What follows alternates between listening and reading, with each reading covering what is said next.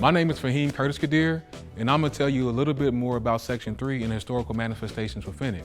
A little bit later on, you'll hear from one of the younger voices in Philip about the current manifestations and the current realities of this lived historical experience. Racialized law has a linear progression. Slave codes become black codes, become Jim Crow law. Jim Crow law is part of the larger ideology of structural segregation. That means segregation by design. We also see that eventually this structural segregation leads into block busting as more and more black families are looking to leave the urban corridor and move into America's middle class. This predatory tactic was used to get white families to sell at a lower value and have these same homes resold way over market value to potentially desperate black families looking to leave the urban corridor. This eventually leads into capital flight, where we see more and more of these urban corridors become vacated as white families move into America's suburbs that look like communities in Dayton, Ohio, such as Kettering, Centerville, Sugar Creek, Washington Township, etc. Capital flight eventually leads to other ideologies that manifest itself underneath this larger banner of redlining, such as privatization, and planned shrinkage, which is the intentional withholding of resources and funds from certain communities that are already suffering and using those resources to pour into other communities that are more oftentimes than not already thriving. This leads to urban blight, urban decay, and as well underperforming school systems. This planned shrinkage falls into the broken windows phenomena and also foreclosures, which this exhibit does a really good job of condensing and explaining in a really digestible way. And these are all manifestations and phenomena that are underneath the larger banner of redlining.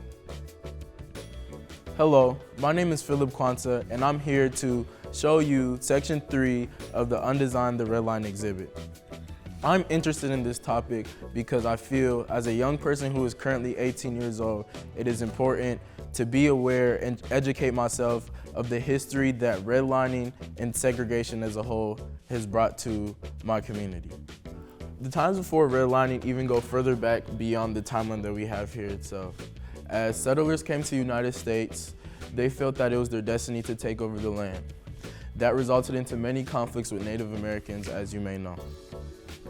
Even here, it is shown that in our Dayton area, Miami and Shawnee tribes were conflicted with settlers and colonizers as they were fighting to see if the land was worthy enough for them or not. So as time went on and slavery developed through the United States of America, it was instilled through a lot of people that people who were not of white color were not worthy enough.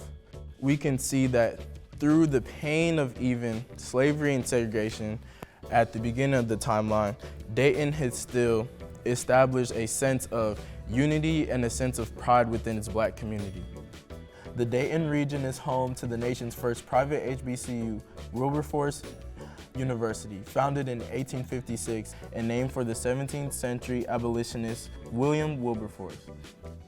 As redlining developed in the 30s, people began to focus on the fact that the federal government was putting limits on the communities that black and other colored folks were living in, and they felt that it was justified because of the specific documents that were put into place.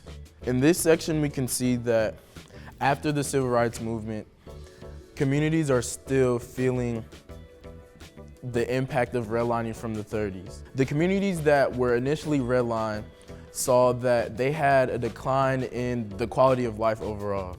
Common utilities like hospitals, water, and fire safety was not established in those communities.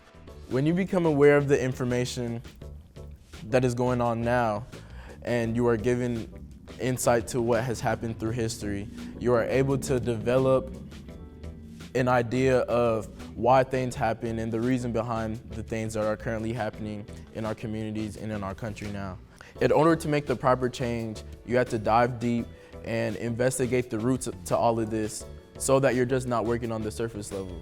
Because through all this time, there has been measures that have taken place that have brought us up to this point. After you have looked at this timeline, I am inviting you to interact with it. By the way of using a note card, you can write your own stories, your own experiences that may fit on the timeline to broaden our complete knowledge of all of this. We are all here to get educated, so I just invite you to share your own experiences. There have been painful things that the United States has experienced from the beginning of our nation through redlining and even through the negative situations we experience now. But I hope that we all realize that we just don't have to experience the pain from the beginning, but we can also transition into hope at the end.